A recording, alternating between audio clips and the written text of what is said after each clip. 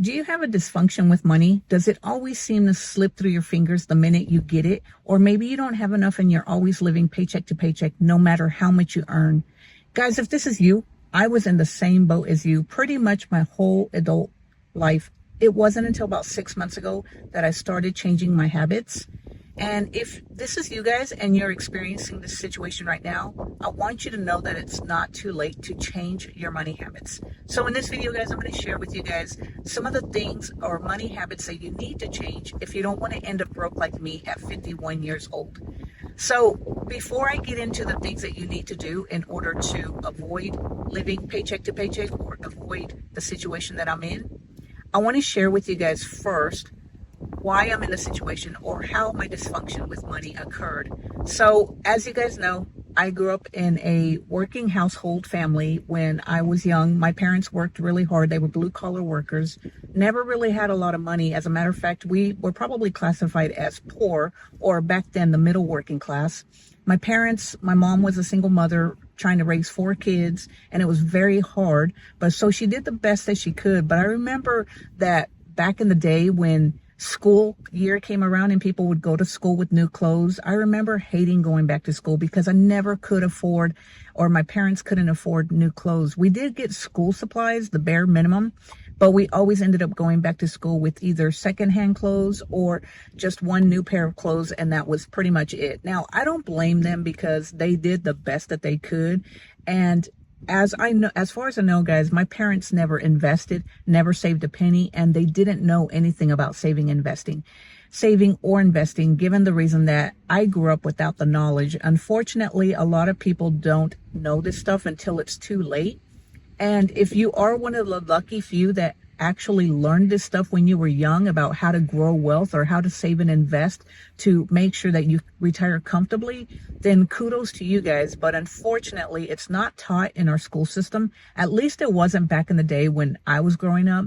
I don't know if they teach that stuff today, but if they don't, this is something that you have to teach your children about, or people that you know who don't understand this stuff. You need to teach them. That way they understand how to create wealth, because when I grew up, guys, I thought that the only way to create wealth was to work hard, because my parents did instill into me and my brothers how to become a hard worker, how to work hard.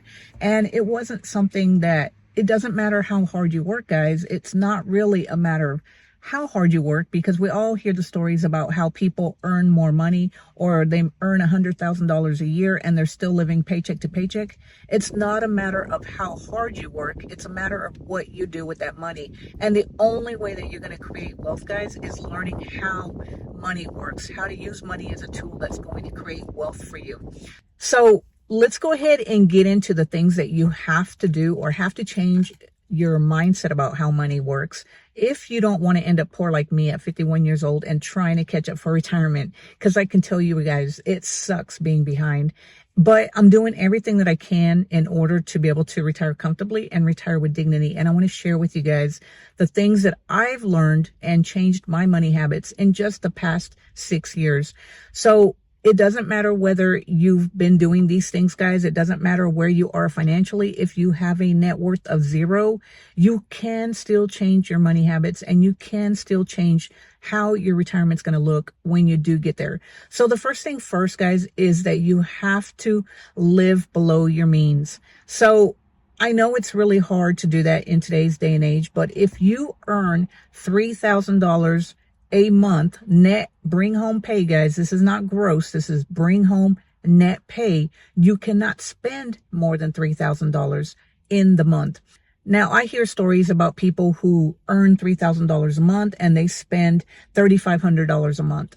Guys, I don't know how they do this. It makes me wonder that maybe they're living off their credit card. If this is you and you're living above your means, you're never going to be able to create wealth, because you have to learn how to live or spend no more than you make. And honestly, the only way that you're going to be able to create wealth is to spend less than you earn. So if you bring home a net pay of $3,000, you have to find a way to spend less than $3,000 on all your necessities, your wants, and everything. That way you have a little bit of money left over that you can push into your savings and investments, because that's the only way that wealth is created. As I said, it doesn't matter whether you're working 40 hours, 60 hours, or even 90 hours a week, guys. It's never going to create wealth. You're never going to be able to create wealth. The only way that you create wealth is by using your money as a tool to help you create wealth. And then the second thing is, guys, you have to have a budget. So I went so long without having a budget. I feel like such a hypocrite telling you that you have to have a budget, because I went through pretty much my entire adult life without a budget. I don't know how we made things work. And that's probably why we lived paycheck to paycheck, was because we didn't have a budget. Now we have a budget. We know where everything goes, and we know where our money is going to get spent before we even get paid. So if you don't have a budget, guys, you need to create a budget. That way you know where your money is going to go, because without a budget, you're not going to know what's due. You're going to spend more than you should be spending, and then you're going to end up forgetting a bill, and then you're going to get paid or get charged a late payment on a bill if you don't know what's going out, what's coming in. So, and a budget, guys, another great thing about a budget is if you're already making, or if you're already having a hard time making things or ends meet, a budget will help you see where your money is going. Can you cut anything back on your budget? What do you need to tweak in your budget to make sure that you have money to save and invest? And guys, also, you want to make sure that if you are living paycheck to paycheck and you're barely making ends meet and you do have a little bit of money left over, it brings me to step number 3, which is to create an emergency fund.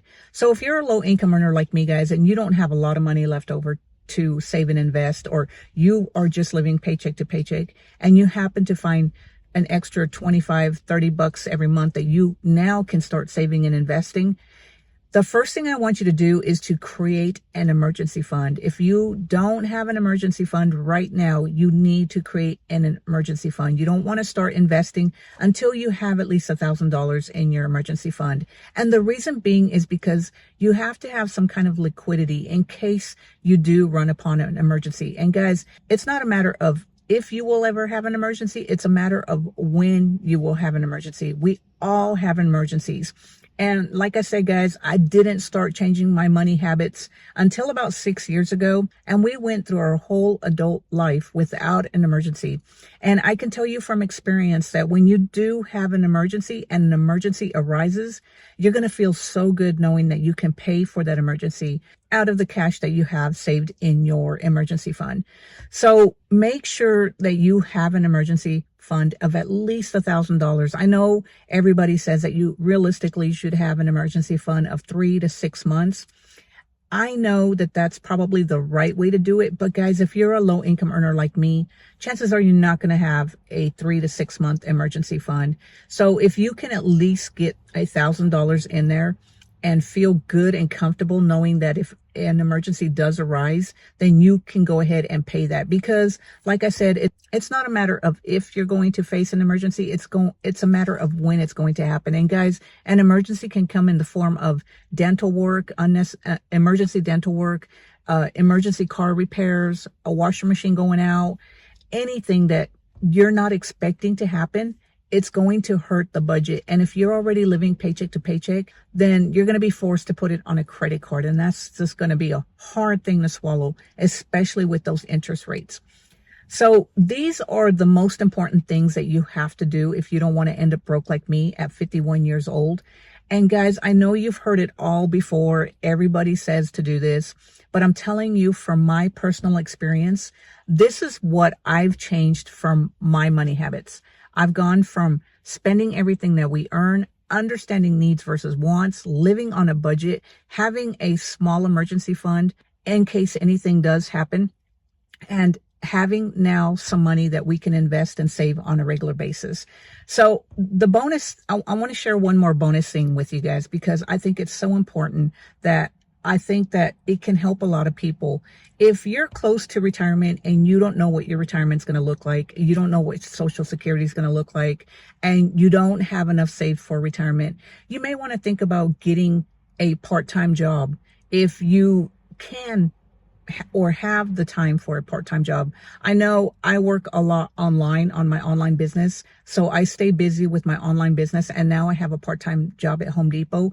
But if you do find a way to earn extra income, whether that's a part-time job or some type of side hustle, guys, you want to make sure that you're not spending that extra income on just stuff. You want to use a majority or all of that extra income that you're earning at your part-time job or a side hustle and invest and save as much as you possibly can to be able to catch up for retirement.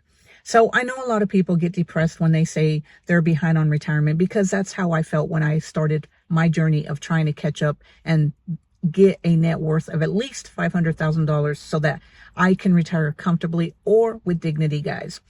So I want you to realize that it's never too late. Yes, it's later for some of us because some of us are older, especially if you're Gen Xer like me, guys. I'm 51, going to be 52 this year, and I'm nowhere near where I should be for retirement. But just think about it like this. The more that you can save and invest today means the better off you're going to be in the future. So don't think that it's ever too late. If you can find a way to increase your income, and not just increase your income, guys, but save and invest that extra income, you're going to be a lot better than you were if you didn't take any type of action. And like I said, guys, when you do make extra income, make sure that you're not just spending it, because we hear those stories all the time about what people do with their bonuses, their promotions, or they get a raise and now their cost of living goes up because that lifestyle creep has seeped in. If you're living a comfortable life right now and you're making ends meet, if you earn extra income, a majority of that extra income should be allotted just for taxes and then for saving and investing. So when you do make extra income, guys, if you're working a part-time job, you don't have to worry about saving money for taxes because the employer pulls the money out of your paycheck for taxes before you even see the money. However, if you start a side hustle like YouTube or whatever type of side hustle that you're doing, whether that's freelance work or whatever, you have to put the money aside for the taxes. So I won't go into details on taxes because everybody's tax situation is different. You'll want to make sure that you check with your CPA. You can't just make all your money from the side hustle and then push it into your retirement or investments. That's not how it works. You have to put money aside for taxes. So if you don't know anything about that, you'll have to self-educate yourself on how to pay taxes as a self-employed individual. But I think that earning extra income and using a majority of it, if not all of it, is one of the best ways to catch up for retirement. So anyway, guys, I just wanted to share these tips with you guys because these are the changes that I made that have definitely helped us go from having a net worth of zero to well on the way to earning a net worth of $500,000. Now, we are still a long ways from our goal of $500,000 net worth, but every little bit that you put into the market or every little bit that we put into the market, I know that we're getting closer to our goal. And if we don't make that goal of $500,000, guys, at least I know that the action that I'm taking today is going to result in a much better retirement than if I didn't take any action. So anyway, guys, I hope you enjoyed this video and this talk about money. I think that it's so important to change your money habits. And like I said, if I hadn't changed my money habits, I wouldn't be able to make this video with good conscience because these are the same exact money habits that I've changed that I'm sharing with you. And yes, you read about them in finance books and it's so easy to read about them and listen to them on YouTube. But take it from me, from somebody who went from being a spender to now a saving and investing and loving it. It is possible, regardless of what mistakes you've made in the past. If you have a dysfunction with money, you can change your habits. So anyway, guys, let me know down in the comments below. Do you have a dysfunction with money? Are you trying to overcome it? And if so, what actions are you taking to overcome your dysfunction with money? And guys, thanks for stopping by. And if you enjoyed this video, give it a thumbs up. Click on that subscribe button so that you can be notified whenever I put out a new video. And until next time, guys, I hope you have a great one. I'll talk to you later. Bye.